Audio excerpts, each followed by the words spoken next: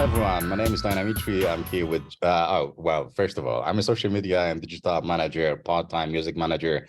I'm here with John. We're doing the second day of the 14-day challenge, how to not become a disposable artist. Yes. We had a fantastic day yesterday, where we covered a lot of ground about writing. What was the actual term? Can you just trigger my memory? Super songs. It was all about super songs, the good, the bad, and the insanely great. How to really kind of not write good songs, but really keep the bar high for career making songs. Yes, thank you. And we had a fantastic day. It was a great day. We covered a lot of ground about how to write those super songs, the songs that will A, get a lot of stickiness with your audience, B, will generate a lot of money for you, and not only for you, but also for your children, your children's children. Yeah. It's interesting because like the natural response is to not write super songs, is to write those kind of internal navel gazing songs. But once you learn kind of how the super song matrix works, it's a powerful tool. So yeah, yes. it was a great conversation for sure. And today we're moving on to SaaS tools and automation. So yes. Exciting day. I expect this to be very information heavy, but also very applicable, for want of a better word, directly applicable. So, with a lot of information and tools, we can, as artists or managers or anyone else who sort of works with music, we can apply and use to monetize the creative output of artists. Yeah, that's right. Yeah, today's theme, Dynamitri, is 10 things every artist should automate. Fantastic. And the concept here is to get some clarity on the back office. Like I think as we think about front office and back office, front office is the fun writing, recording, touring part of it, right? It's the sexy stuff that artists love to do. But what we're going to talk about today is kind of the back office. What does that look like? What are some of the tools we've used and had success in, and really just kind of have a conversation about what works. And I think how it adds value for artists is that artists struggle with kind of avoidance. They want to be the creative genius, and that's an important place for artists to be, but they also can't avoid and ignore the stuff that makes them money. So this is kind of that stuff that makes the front office possible.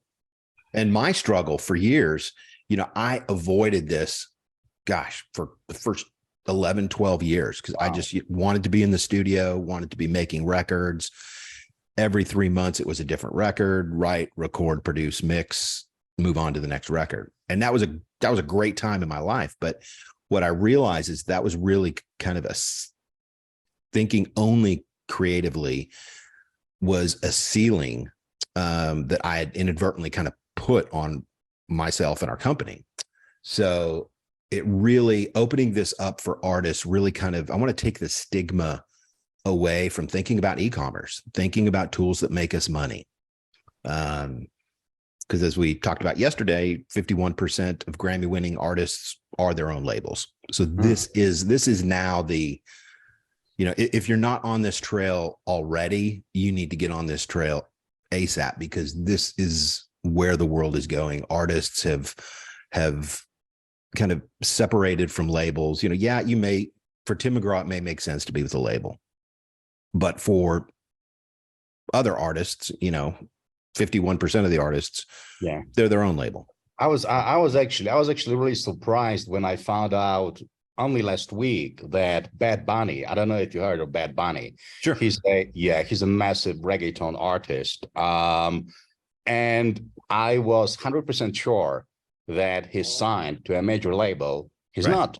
He's a fully independent artist, and he's just like smashing all the streaming records, sales records, tour sales, He wins all kinds of possible awards, all that kind of stuff. So it shows you how powerful the sort of independent / non-major label affiliated part of the music industry is right now, and how important it is for an artist and their team to have knowledge of how to work within the ecosystem and have knowledge of tools and automation and everything else to sort of function independently. Right. Yeah, absolutely. And this is, what we're going to talk about today are some of the takeaways that we've learned. Like, our store is in the top 6% of all e-commerce stores, which is pretty great. Yeah. We launched, most of our records and launches have been fully funded before the release. So that's an important piece of it. Not having to come out of pocket for the artist is a great thing. Being profitable from the first sale, like not having to go into debt, is great. Stuff we've learned from having multiple 1K days over and over again. So it's really kind of taking what we've found that works and kind of just talking about it here today. Fantastic. Really looking forward to that. Yeah. So let's talk about a couple terms that some of us may not know, just kind of I don't want to assume anything here, but SaaS. Do we know what is SaaS, Dynamitri? I think it stands for software as a service. Absolutely. Yeah. But what it actually means, but that's what the acronym stands for. But software as a service. They're e-commerce and automation tools that strengthen, support, and sell on the artist's behalf. So when they're sleeping, somebody's buying from your store, right? Another term we might talk about is API. API is integration. I don't know what actually the abbreviation stands for, but it's an integration between two tools, right? If this, then that. And e-commerce is just kind of sales. It's what we're going to talk about today. So there may be some other terms and questions we can define as we go through this, but so let's talk about the artist back office. We know what the front office is. It's writing, recording, and doing shows, right? It's the fun stuff. But the back office, what does that mean? And I think the thought that really summarizes the spirit of this is like, if you don't manage your money will manage you. And unfortunately, a lot of artists they hate this. They're uncomfortable with this. So we want to destigmatize some of that. It's a good thing to make money. What does Stephen Covey say? If there's no margin, there's no mission. You can't be in business if revenue isn't happening, right? You might be able to make it 18 months or 2 years, but you won't be able to make it 5, 10, 15 years, right? So if you don't manage your money will manage you. So we want to bring this into our mind and bring this into our workflow. So let's talk, we've got kind of two parts to this. The first is e-commerce, and the second is just kind of internal team communication tools. So the first thing I want to talk about is having your own email list. To this day, it's still surprising that artists don't collect and communicate with the people that care most about them. And I think that a huge issue with that is that so many artists are over-reliant on social media platforms. Right. And one of the things that I always keep on telling anyone and everyone that I work with is that you should own your own own contact list. And at the end of the day, no matter how big your Facebook page or Instagram or TikTok or whatever else is, you don't own it. And things do happen, Right. like platforms go down, accounts get hacked, you can get dinged or you can get banned for fully banned for something you haven't even done, because errors, come aplenty.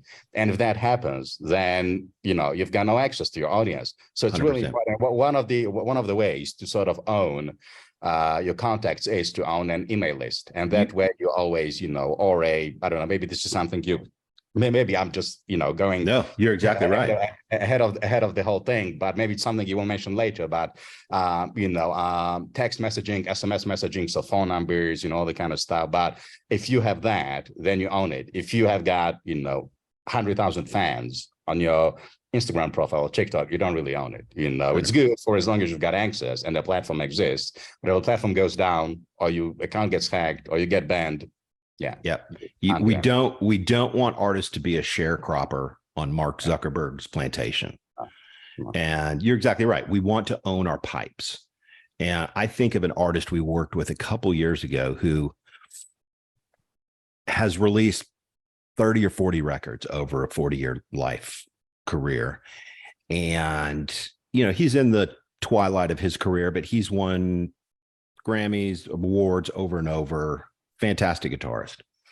And it was heartbreaking because now that he's his own label, he had never thought about the back office or organizing. He always had someone else do it. And he didn't want to dirty his hands in thinking about, the people that put money in his pocket. So it was a really sobering, I don't want to say tragic, but it was like, here's an artist who should, have it together in a sense. Again, he's a creative genius. He can play with the best of the best of the best, right?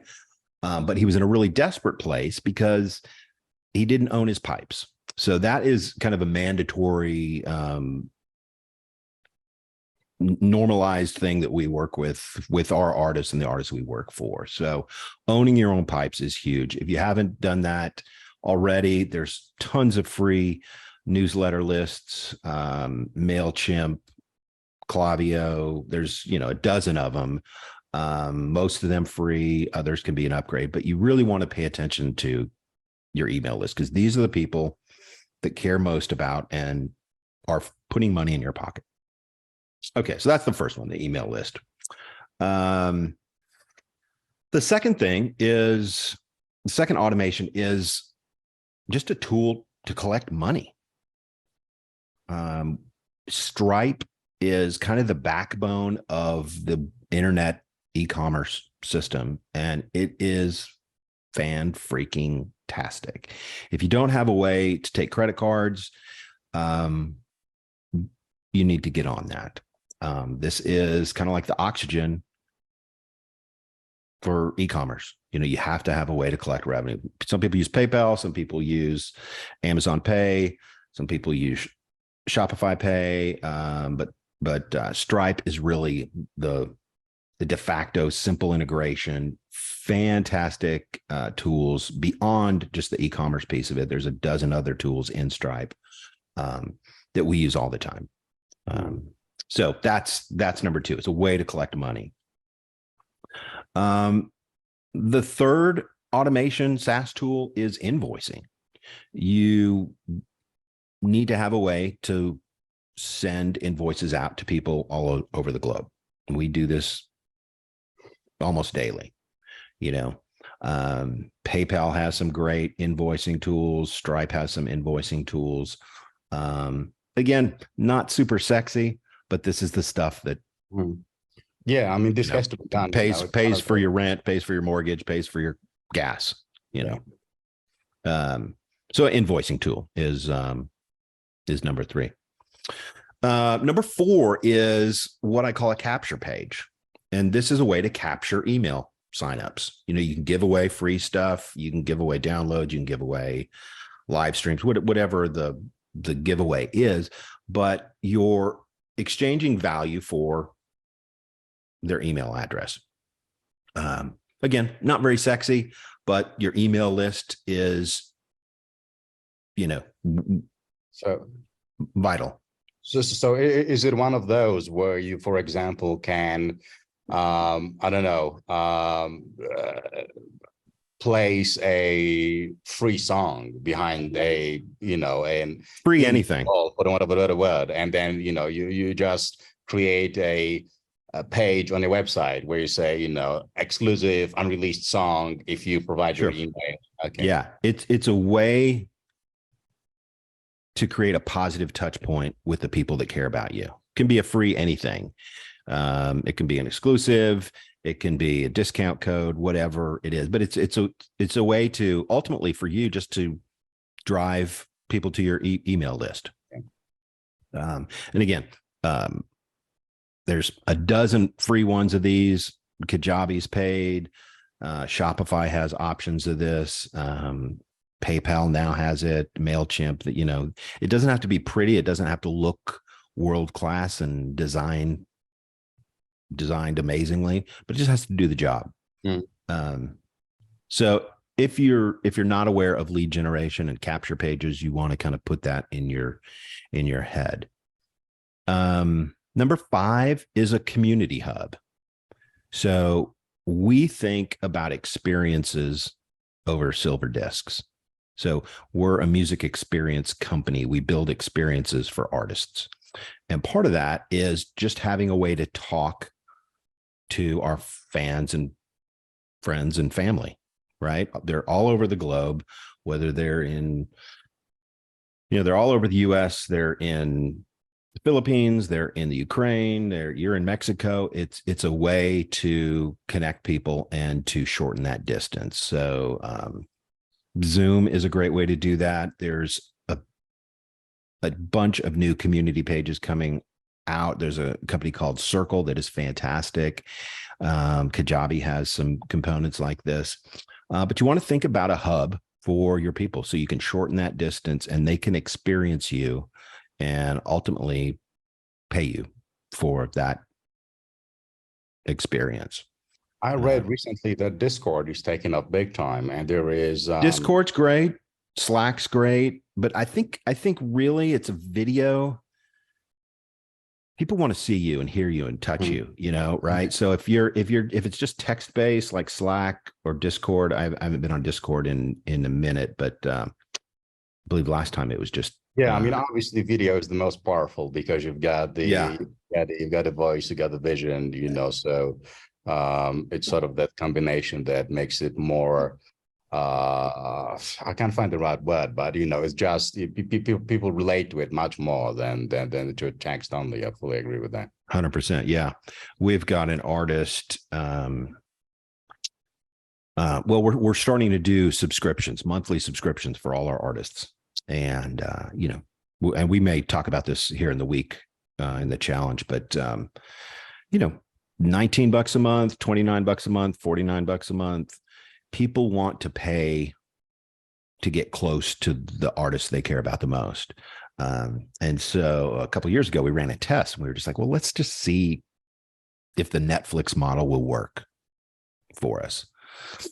Let's just see if anybody buys, if the dogs eat the dog food. And it amazed and surprised us that, we had 40 or 50 subscribers who, different bundles, different price points, you get more as the price increases. But subscriptions rule the world. It blew us away how many people immediately subscribed and want to get around the artists they care about. So we'll probably talk about that in a whole episode. But the community hub is an integral part of automation and e-commerce. So number 6 is your e-com store. We talk a lot. One of our principles is widgets. Music is a widget. We reduce it all the way down to an insulting word like widget. And that is hard at first because we want to think of music as like, oh, this powerful force that rules the universe. And it can be that, but sometime during the week, we need to reduce it down to this thing called a widget so we can sell it. And so the e-commerce store is the thing that does that. So Shopify is fantastic for this. They have a $6 plan. They have larger amounts, but artists, if they don't have their own store, they should be thinking about that yesterday. Are there any easy ways for people to set up a Shopify store? Because obviously a lot of artists would Yeah. Even a lot of social media managers, might not necessarily be that well versed in web development. Yeah. Yeah. So is it a Yeah. question of sort of just going on a Shopify website and sort of pulling, like WordPress, It WordPress depends on layout? the temperament of the artist, right? I mean, we build this out with and for our artists. Some artists want their own standalone store, and that's great. Some artists just, want us to, they want to use our back office and just kind of bolt on to what we're doing and not have to reinvent the wheel. So it kind of depends on the artist, but we build this out Okay, with artists great. every day. So that's number 6 is the e-commerce store. You have to have your music is a widget. And I know that's insulting. And I know that's like, oh, that's horrible to hear that somebody reduces my art to a widget. But, 45 minutes a day, we need to use that term and reduce it to where we can just say, okay, how do we connect our experiences to fans who will pay for them? And that's it's a way to kind of like, you've seen the Pokemon stuff where they kind of like grab the Pokemon, they put it in the ball and it can't escape. That's a widget, right? That's what we're doing for 45 minutes a day to where let's put the damn Pokemon in the ball so we can talk about, how to drive revenue. So that's number 6, the e-commerce store. Another option is Kajabi, and that's a little bit more involved. It's kind of an all-in-one package, but it is fantastic for an integrated solution that has the email list, that has the lead generation pages, that has your website, that has your store, that does subscriptions. It's a little pricier, but it's a great solution for people that don't want to mess with APIs and integration. They just want it all in one. So Kajabi's great. Another automation and SaaS tool that we need to be using, or if we're not using, be aware of, is print on demand, POD. And what POD is when somebody purchases something, then it's printed. Is it like printing t-shirts? Yeah. T-shirts, books, even music is now print on demand. It's a little more expensive, but so what that means for the artist and why I love this is that you don't have to come out of pocket and buy 10,000 CDs or 100 T-shirts. You can sell it before you produce it, and that's a beautiful thing. So that's print on demand. Have any of do your artists work in POD? We've done some limited runs, of like T-shirts or mugs, all the kind of stuff, which was like using some websites over in the UK. But definitely. And that's the beautiful thing. It's like you don't have to do a full manufacture. Yeah. You don't have to manufacture 200 T-shirts when you don't know if they're going to sell, right? So that's print on demand, number 8. Number 9 is fulfillment. And fulfillment is a process of packing and shipping products. We have a business unit called Artist Works that does that. And again, it's not sexy, but artists want to kind of not take care of some of that, back office stuff, and fulfillment's probably high on that list. They'll sell stuff, but they don't want to be packing and shipping stuff.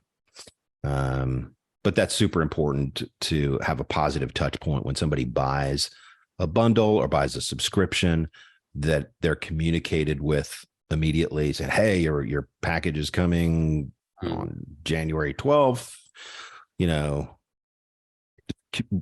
the communications around e-commerce. So that's number 9 is fulfillment. So those are kind of the first 9, the e-commerce piece of it. The first is your email list. The second is collecting money. The third is invoicing. The fourth is capture page. The fifth is having a community hub. Sixth is having an e-commerce store. Eighth is print on demand. And ninth is fulfillment. So let's talk about team, just kind of like the internal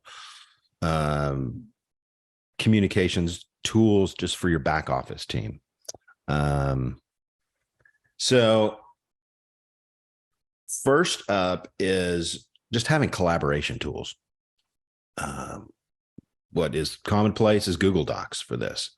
We work with our teams in the Philippines, in the Ukraine, in Australia. So having collaboration tools to really track projects are essential. And I think most people are pretty familiar and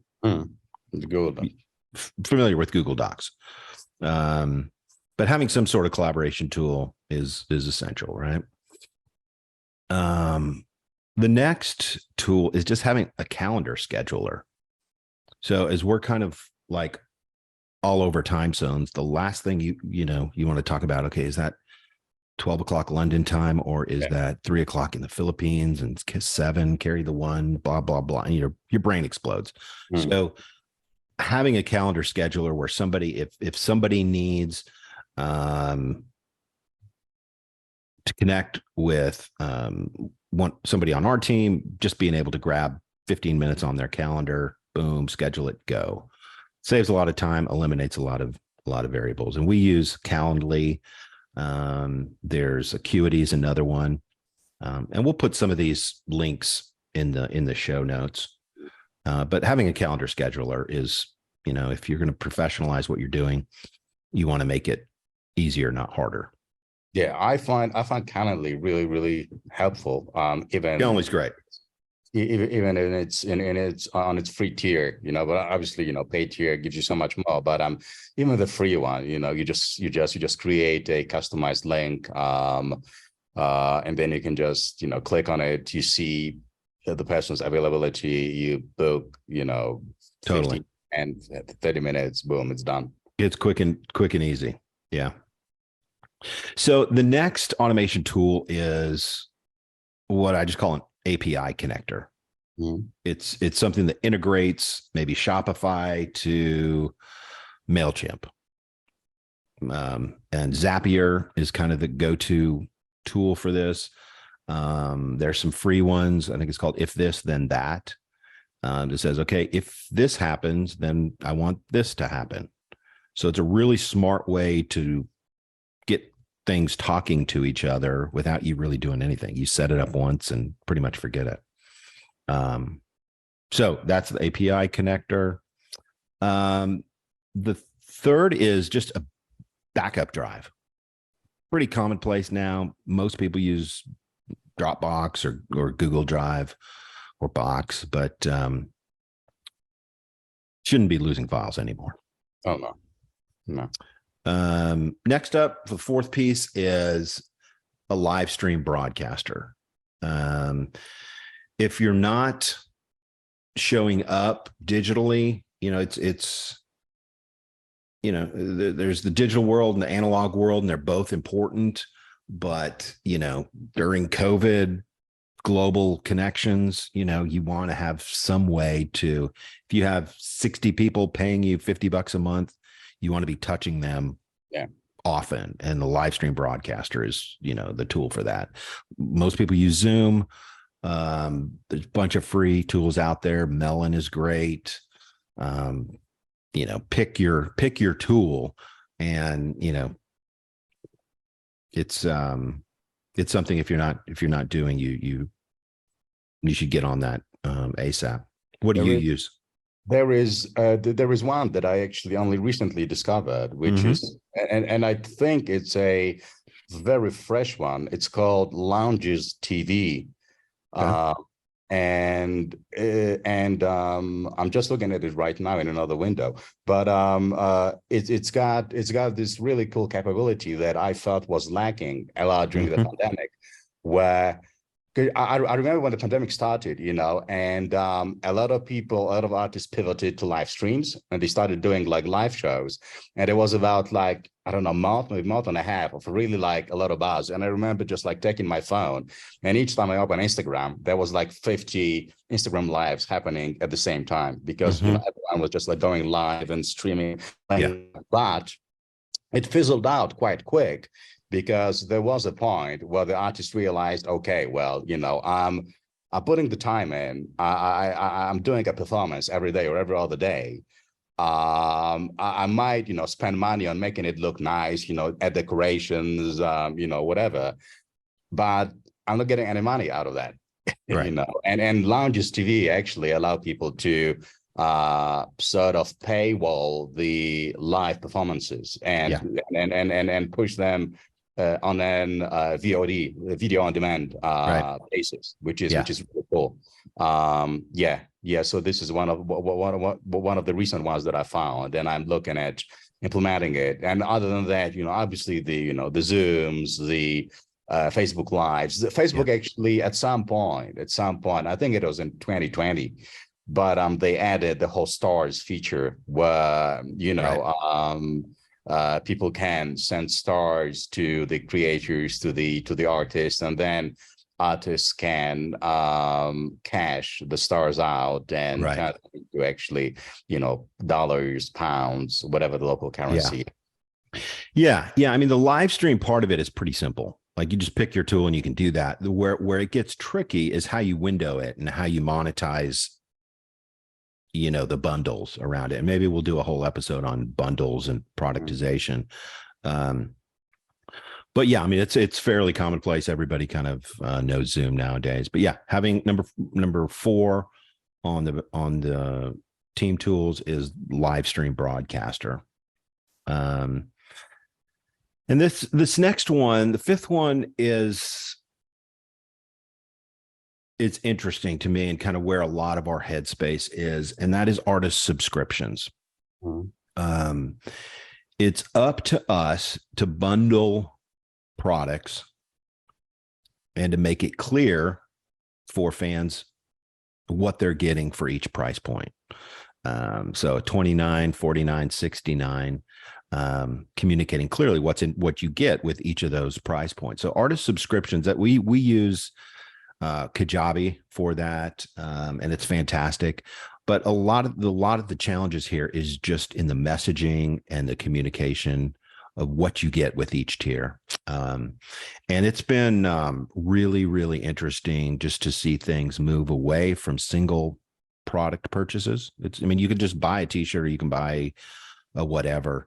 But people want to be part of the mission and the adventure of the artist. So even if they're not getting, a t-shirt every 2 months, they just want to be part of the adventure of that artist, because they're kind of living vicariously. If an artist is going for it and doing it, like, they're sitting at home in Oklahoma, they just want to, she'll pay $50 a month to help the artist and to be part of that mission and that adventure. So it's a really interesting thing that we're doing a ton of and really having a lot of success in. And it's not really a specific tool. I mean, there are kind of fans only and Patreon type stuff, but it's beyond, Patreon at this point. So that's number 5 is having a tool for artist subscriptions. What have you seen in that space? To be honest, in UK, I would say the Patreon is still the most important. I actually went to a bunch of events hosted by Patreon, exclusively, and they talked a lot about the platform and the capabilities, and I feel it's a really good platform. But interestingly, I actually caught him out on something, because there was one thing that that always, I had in the back of my head, and I was curious whether they do have any way to deal with this, and it turned out that they don't. But the challenge with Patreon is that obviously you've got, all those like tiers and Right. and you can, I don't know, let's say like, $10 for, exclusive track every week, or every month, $20 for, an unreleased album, every quarter, the kind of stuff.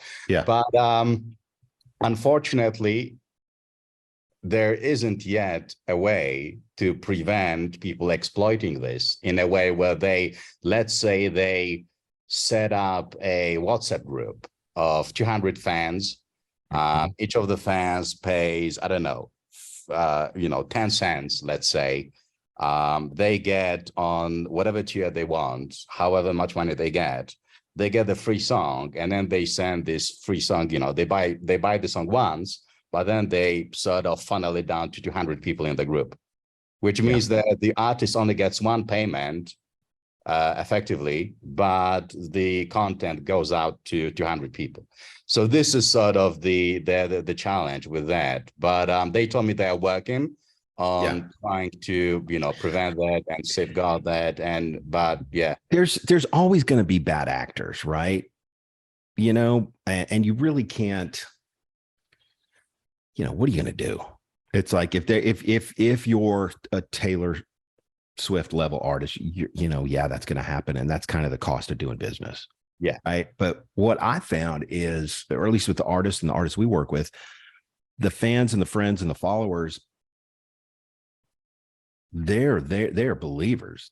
They want to see that artist win, and their subscription of $29 a month or $59 or whatever it is, they want to help them. They're not going to steal from the artist. Like if somebody's doing that, like, good luck, dude, because that's I mean, I think, I think, as you say, there's always that part, it's like just music industry really understanding that there's always going to be a degree of piracy happening, and there isn't, I see so much money being funneled down to trying to block websites, prosecute website operators, all the kind of stuff. And in my opinion, and anyone can disagree with me, but in my opinion, this money would have been much better spent on other things rather than just trying to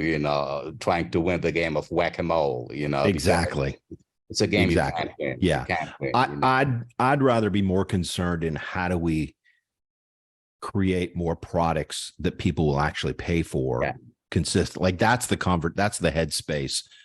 You can't win whack-a-mole, but you can win productization and bundling and, connecting with your fans. And, and if you've got services or products or experiences, because this is another important thing, just selling an experience. If you've got all those and they are exciting enough for people to want to pay for them, they will want to pay for them. It's like with the movie industry, people will pay for streaming if they can watch a movie and surround sound 5.1 8K whatever.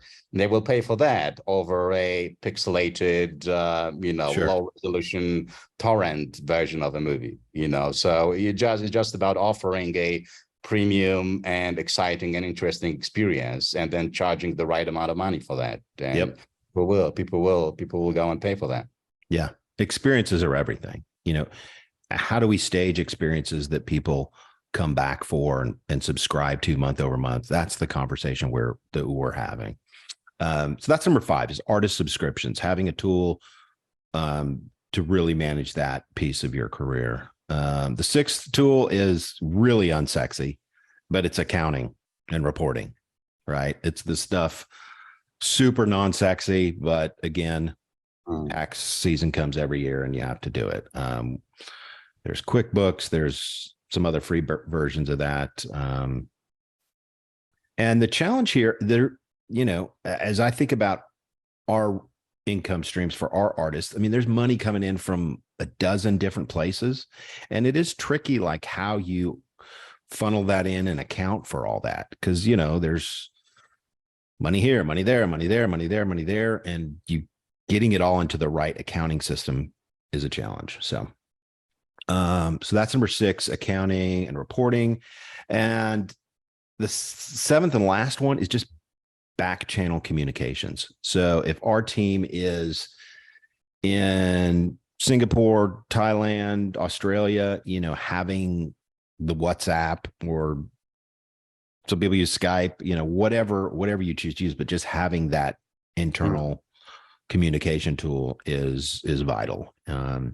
So those are the 7 team tools, collaboration tools like Google Docs, calendar scheduler like Calendly, API connector like Zapier, Drive backup like Dropbox, live stream broadcaster, pick your Zoom thing. Artist subscriptions could be Patreon. We use Kajabi. Accounting and back channel comms. So those are a few of the tools and the automations we've used and had success with, having our e-commerce store in the top 6% of stores and launching products fully funded and profitable from the first sale. So yeah. Any thoughts on those, Dynamitri, before we I think that's a really, really exhaustive list, and the good thing is that it covers pretty much everything and anything that an artist or their team might need to effectively and efficiently, just be able to function in the music industry as a sort of independent entity. It's really important that there are ways to sort of automate the e-commerce. It's important that there are ways for people to communicate. So, making sure that everyone is on the same platform rather than some people being on without endorsing any particular company, but let's say some people being on Microsoft Teams, other people being on Slack, and then there's a bit of a scrambling around because somebody doesn't have this or that, so it's really important to make sure that everyone is on the same level and with on the same platform to communicate. And then it just helps a lot to have all those automation tools, all those platforms, and it makes things so much easier. Yeah, 100%. And the goal for this module that I want people to achieve is not necessarily to go and implement all these out of the gate, but just to be thinking, okay, what do you have operating internally? What are your blind spots? It's just to get this in your zeitgeist of subscriptions and those kind of tools. That's how revenue is or a larger increasing amount of revenue is happening more and more for artists. So also let me say this, if any of this makes sense and resonates with you and you think, hey, this makes a lot of sense, I'd like to explore it more, you can reach out to our team here. There should be a link below.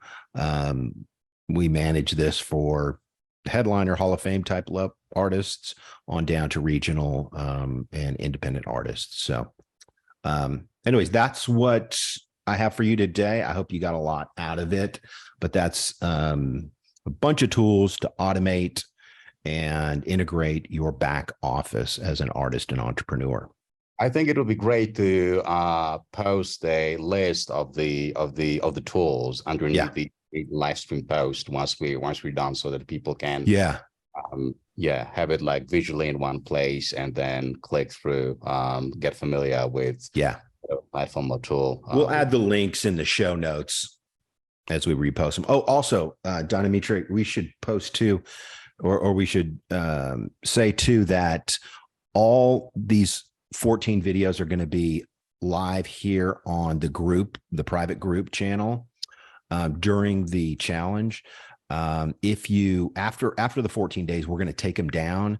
So if you want to receive the PDFs and the replay videos, there'll be a sign up link below that you can say, hey man, I want this training for life. So you can get that link will be below as well. Fantastic. Sounds great. got, well, 12 days to go. So, All right. Thanks so much, Dynamitri. This was fun. Thank you. We'll see you tomorrow. See you tomorrow at the same time, right? See you. Same time.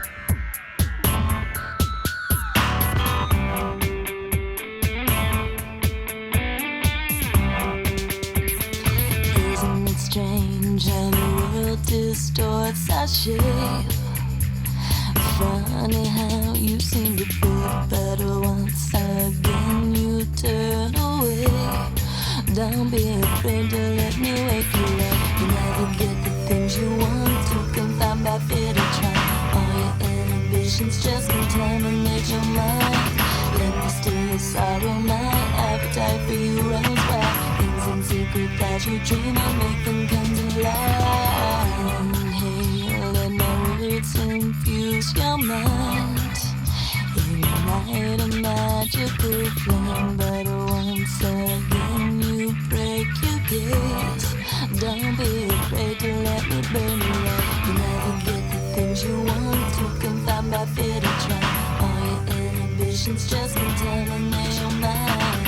Let me steal your sorrow, my appetite for you runs wild. Things in secret that you dream of, make them come to life. I ain't scared of nothing but failure. Listen here, let me tell you, I'm on the red eye from Egypt tonight. We got so much against us, but it still feels right. You so electric, boo, you turn me on like a light. Our body chemistry won't allow us to fight. The adrenaline rush seems to give me wings, and it's not about sex. I love hearing you sing. Those jewels are superficial, baby, you my bling. You never get the things you want to confound my fear to try. All your inhibitions just contaminate your mind. Let me steal your sorrow, my appetite for you runs wild. Things in secret that you dream of, make them come to life. Adrenaline rush seems to give me wings, and it's not about sex. I love hearing you sing. Those jewels are superficial, baby, you my bling. It's the keys to my kingdom, baby, you my queen. I'm on the red eye from Egypt, baby, on my way. No inhibitions, been thinking about my boo all day.